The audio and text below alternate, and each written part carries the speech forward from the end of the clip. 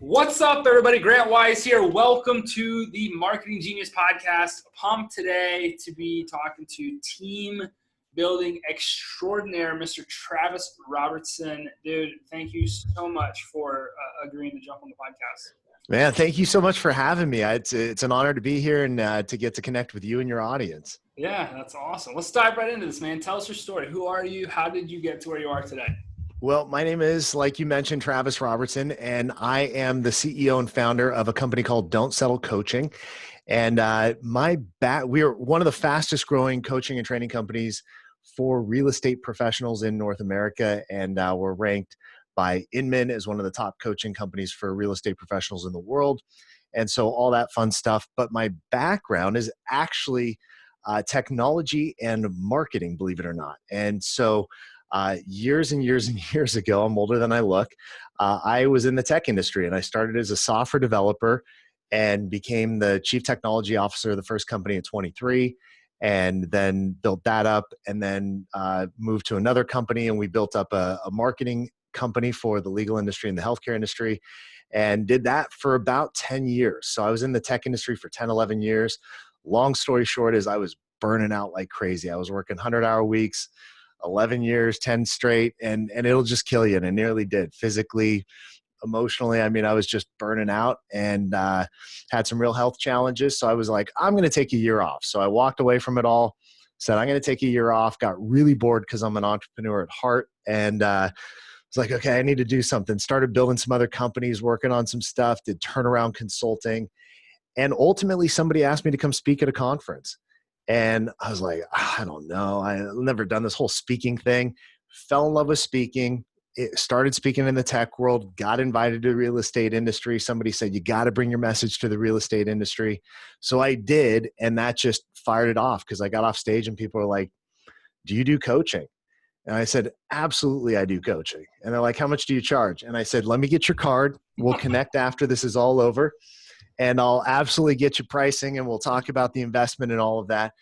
And Grant, no joke, this is, I can say this now because it's been years, but I had to go home and Google, what is coaching? Like, I had no idea. I'm like, oh, this is turnaround consulting for small businesses. I can do this. And so we started, I started coaching people while I was on the speaking circuit. And then about 6 years ago, I launched this company specific to real estate professionals. And now we're expanding beyond just the real estate industry. And we've been blessed to work with some of the top producing agents in the world, and thousands of agents all over the country, and all over the world. And it's just fun helping them build teams and build high profit, high margin businesses that they work less in. And that is kind of what we do. We specialize in helping people build high 6 and 7 figure real estate businesses by working less and leveraging the power of awesome people working towards a team and building that up. And, you know, my background not being real estate is actually a benefit, because people, you know, the number one question people asked me, and you can imagine, Grant, is that they said, well, how can you coach real estate agents? You've never sold real estate. I'm like, I'm not teaching them how to sell real estate. Honestly, if you don't know how to sell real estate, you got bigger problems. Yeah. I'm teaching you how to build a business and a team around the art of real estate. So you be really good at real estate. That's your job. I'll teach you how to build a team around it and put the structure and the systems and the marketing and lead gen and conversion and team in place to make it really, really profitable for you. Yeah, I get asked that all the time, because I'm not in real estate either. I'm a marketing guy. I exclusively focus my time and energy on marketing and sales. And people always say, how can you teach people how to sell houses if you've never sold one? And I said, you're probably the same way that I taught doctors how to grow their business, even though I never cracked a heart open before, or the same way that I helped. You'll admit to. There was that one time in Mexico where, so, you know, I always tell people, like, look, if you're going to try to get somebody to generate more leads for a doctor's office, they're not going to call another doctor. They're going to call a marketer, because I understand psychology and consumer behavior and those different types of things that really drive the industries forward. And then I think I'm glad that you say that. I mean, I think it's the same way in business. Marketing is marketing, sales is sales, business is business. It doesn't matter if you sell houses or you sell pizzas. The principles that guide those businesses are the exact same. I was actually in some business competitions when I was much younger, And the first question I got asked by this, old consultant guy that was consulting on the competition said, "What is your process?"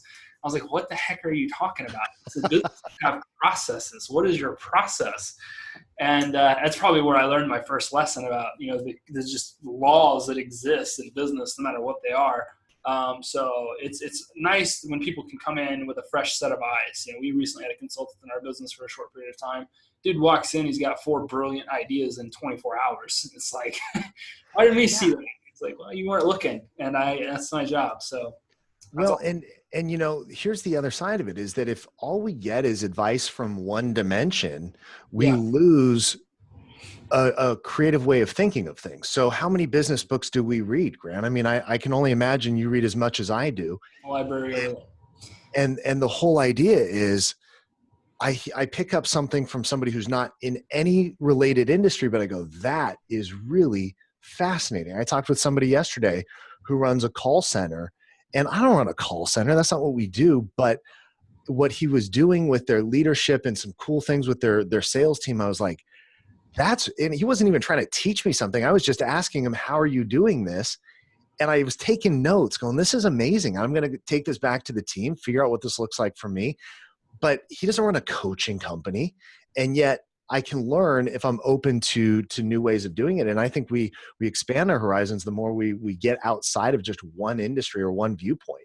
It's the ultimate form of disruption too. I mean, when you look at some of the most successful people in the world, they were able to combine industries in a series of different ways. They were able to combine technology with a profession, or an ideology with another one, and like so on and so forth. I mean, it's just the ultimate form of disruption when you take people that can look at things from a different vantage point and come in and, change the game for sure. So let's talk about teams for a second. What are some of the top, and this is a scapegoat question. It's an easy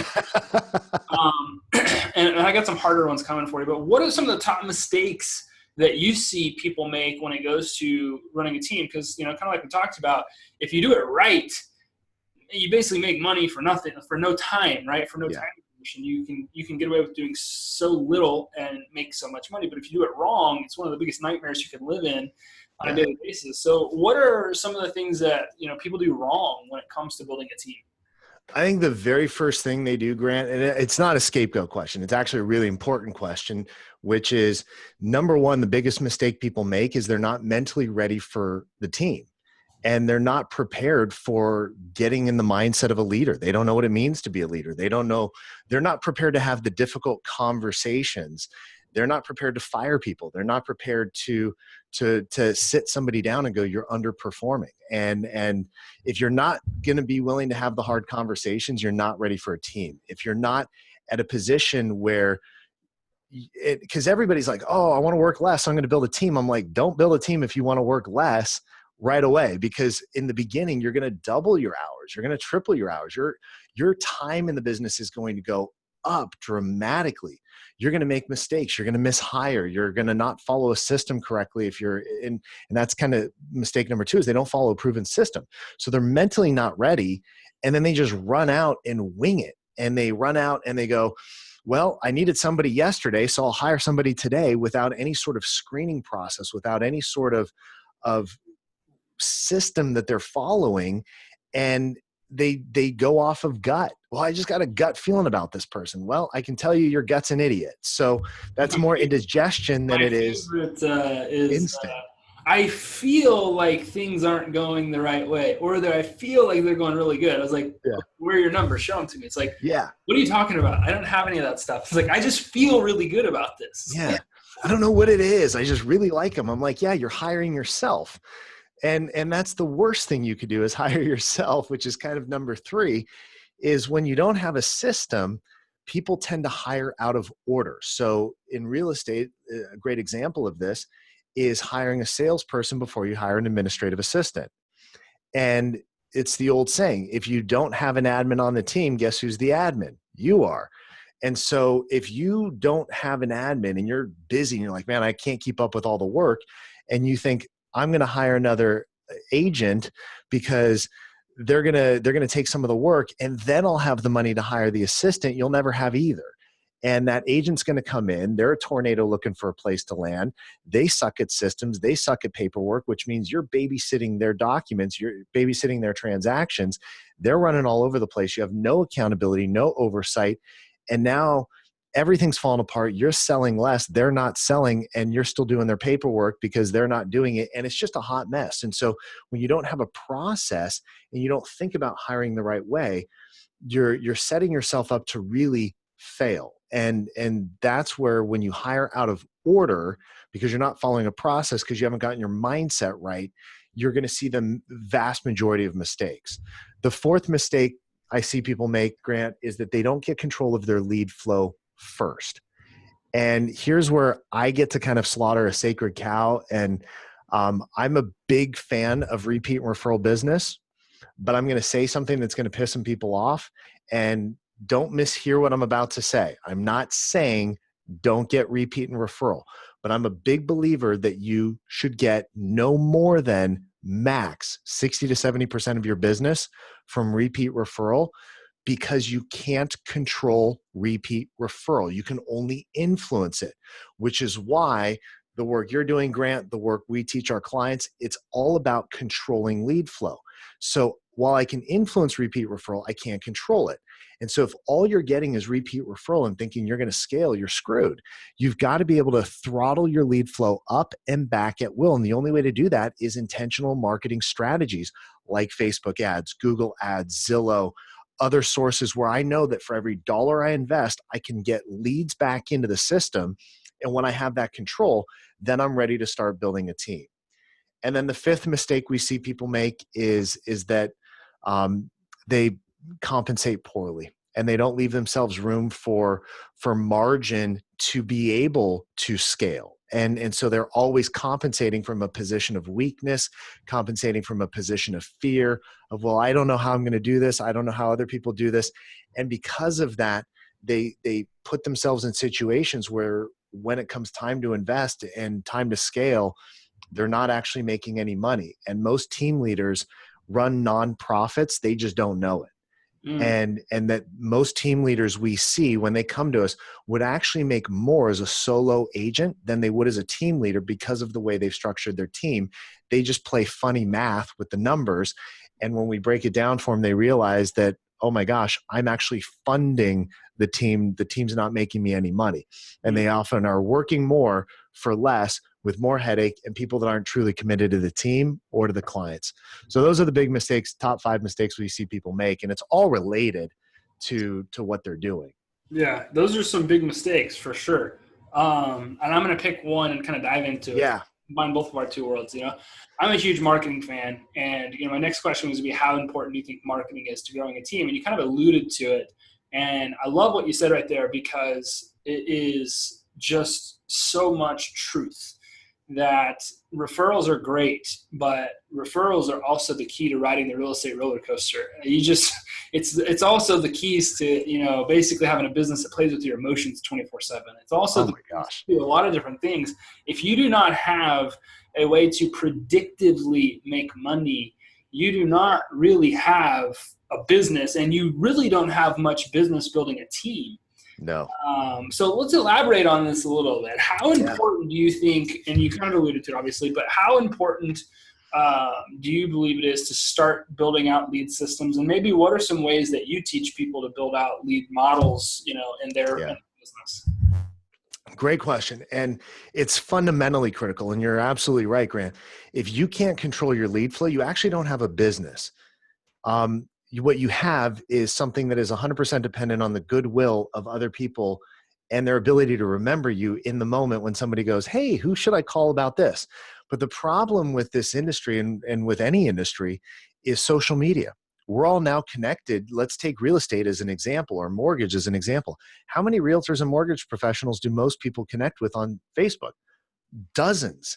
So it's no longer 1995 pre most of the internet. I mean, dial-up was still there, but pre, the real internet. What was happening is most of us only knew a handful of realtors, a handful of mortgage professionals. And so top of mind awareness was a lot easier. It was a lot simpler to only connect with somebody because you had your guy, your gal, and that was kind of the you got a smaller network.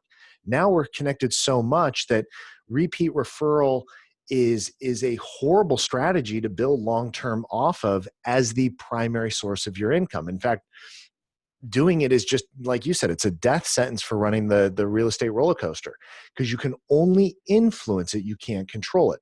So it's critical to get control of your lead flow, and it's critical to have very specific marketing strategies. Now, what we teach and what we encourage our clients is that we don't really care. I mean, we care how you do it, because we do believe there are better ones than others, but what we want you to be able to do is predict it. The biggest factor in all of this is predictability, because if all you're doing is repeat referral, every night you go to bed, you wake up the next day going, I sure hope I have somebody call me. I sure hope I have somebody reach out.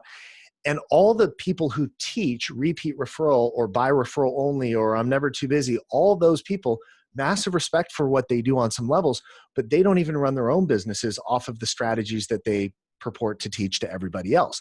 They advertise, they market, they prospect, they call, they do all those other things on top of repeat referral. So it's critical. Now, what are the sources that we believe you should be investing in? Number one, Facebook. I think it's the single best source of leads out there right now for most industries is Facebook. And we see that they have the lowest cost per lead. The one thing people mistake is they think they're all going to be hot, and they're not. Facebook, while it has a really low cost per lead, also has one of the longer lead cycles. That's okay as long as you're prepped for it and you know what's coming. But it's a numbers game. So some of them are going to be hot. You just have to know how to leverage it. But we see clients getting, $3, $4 very consistently in very good markets per lead, and that's buy-side leads. The second thing, and people go, well, what about listing leads? Well, here's Grant, you probably know this stat too, but about 30 to 40% of all buyer leads you generate also have a home to sell. So they're also listing leads if you know how to identify them. So you don't have to generate separate listing leads all the time if you know how to generate buyer leads and then identify the listing leads in that group. Second source we strongly recommend people get to as quickly as possible is Google. Google Ad works great. Higher cost per lead, shorter lead cycle than Facebook. So as numbers go, I like that split. I like being able to put a percentage of your budget towards Facebook, a percentage toward Google Ads, and understand what you're getting with each one, and leverage both for what they're really good at. Number three, if you're in real estate, is Zillow. I don't care if you hate them, they're number three. And if you don't have money, number four is open houses done well. Still one of the best strategies out there for generating leads and getting control over your lead flow is open houses if you do them well. Most people run them like a funeral. So they're lifeless. Somebody might have died in the home and you're not sure if you should talk when you walk through there. But open houses, I without fail tell brand new agents you can make six figures your first year simply sitting open houses 1 to 2 a week for the first year. You'll make six figures. It's not hard or it's not complicated, but it's hard work. And so you've just got to you got to hustle, much like your hat says there, Grant, is you got to hustle. You got to be able to put the work in. Of course you don't have listings, but there are agents that do. You sit them, you hustle, you make it work, and you won't have to do that forever. You do it for a year, and then you're going to have the money to invest into Facebook, Zillow, Google, all of the other sources that you might want to put money into. And then number five is geographic farming. And that's a big word that means a lot of different things. Not my favorite. I think it's something that you do down the road when you have more money and you have, systems that you're able to build up, but it could be FSBOs, expireds, direct mail. It could be, door knocking, which I think is a waste of time for most people. I'm a big believer in online marketing. It's my background. It's your background. I just think if I need business tomorrow, open houses and ads I can run all day long, and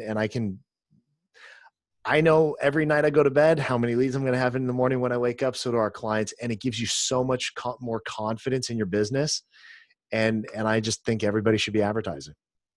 1,000%. I couldn't agree more. Now I'm a Facebook marketing agency, like that's all we do, but I couldn't agree more. I mean, we were living in a time where, real estate agents we have a client, she sells a home every $72 she spends on Facebook ads.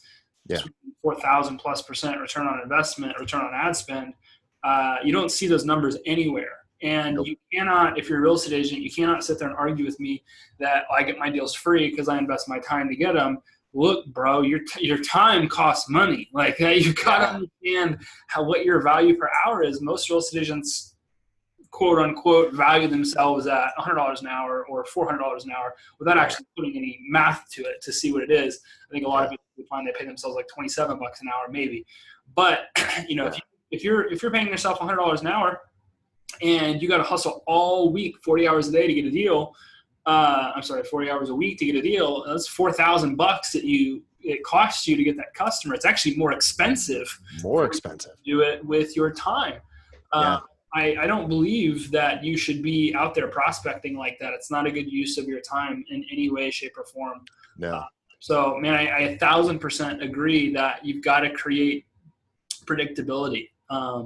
It's just the only way to know if you can grow. And we do this with our salespeople. We'll get a salesperson to 6 to 8 appointments a day. That's how many appointments we'll generate for them a day. Once they're at capacity and they're performing, usually it takes 90 days for them to really get dialed in. Then we know, okay, we're going to turn up and stress test them a little bit. We're going to move them from 6 appointments a day to maybe 8 or 10 appointments a day while we transition somebody new in that they're going to, train. And we go through the same process. Get them dialed in. Takes their 90 days. They're getting 6 to 8 appointments a day. And we grow that way. We could grow like crazy, hire dozens of people, generate all the appointments in the world, and we would go out of business because we would spend a ton of money, we generate a lot of appointments, and nobody would close any deals. But because we grow in a more kind of rhythmic fashion where we're getting dialed in and then we're bringing on the next person, we're able to grow predictively. Maybe it's also patiently as well. But how important do you think that is? Talking about lead generation, talking about cold leads, warm leads, hot leads, people that, with Facebook, we understand that some leads are coming to you a little sooner than most other leads would be. How important do you think patience is to the business building process, marketing, sales, all those things? I think you have to have, I think patience is critical, but I also would stress that patience isn't laziness. And I think a lot of times people use patience as, I'm being patient. And I'm like, no, you're being lazy. And so it's that yin and yang, if you will. It's like, I need to play the long game, but I also need to hustle the short game. And I need to be willing to put the time and the effort in now and grow strategically and not grow beyond my cash flow. That's really, and that's kind of what you're talking about, Grant. And it's something that we have to always look at. We know our numbers. What's our cost per click, our cost per lead, our cost per acquisition? What's our cost per call? What's our revenue per call? And this is what we teach our clients to get a handle on, because I now know that every call costs X to get, but my revenue per call is Y. Is that winning? Yes or no? It's a math problem at that point. And when you start to look at the numbers and track this stuff, and you're right, because you said it, Grant, if you think you get leads for free, you don't. Nobody gets leads for free. It's going to cost you time or money. Pick. Now, it may cost you both, but you have to understand the time value of money. And this is where, if you don't understand what your real value is and how much it's really costing you, what else could you be doing with that time? And when you know your numbers, you know your math, and you have that control over your business, where you go to bed every night knowing that tomorrow I'm going to have 6 appointments. And of those appointments, X are going to show. And of those, we'll enroll X percent. And you have your math, you know your numbers, you have a predictability to your business. There's a lot less stress in life when you do that. But if you're waking up every day going, I get my leads for free and all I have to do is just call 17,000 people to make it happen, is it really free? And it's like, oh, I just cold call down the phone book. I'm like, well, welcome to the 1980s. They'd like their strategy back. There are better ways to do this. And Facebook, Google, Zillow, sources where I invest money and I get return, then I build systems to support it, are always going to make me more money. and I'm just going to have more fun doing it. Absolutely. Not going to get as burnt out as fast as people that are sitting there dialing for dollars day in and day out. Yeah. Especially because you can always dial if you're, and Grant, you run a Facebook ad agency and you know this, there are times Facebook just takes a dive. Like back in, what was it? February or so this year, like 2019, like Facebook just was like, and so look, a lot of us got our ads shut off for a period of time for no reason whatsoever other than Facebook was just in a wild hair mode. Or they didn't shut ads off. They just shut off your access to ads manager while they kept spending your money. That was another fun play. But don't let that be a reason that you don't spend money on Facebook as a real estate agent. You'll never. No. But talking about, but in those moments, you can always dial, you can always make calls. It's not like it's not like we all just sat back and went, well, crap, I'm going out of business. It was like, okay, guys, this is what's going on. So to speak, for sure. Yeah.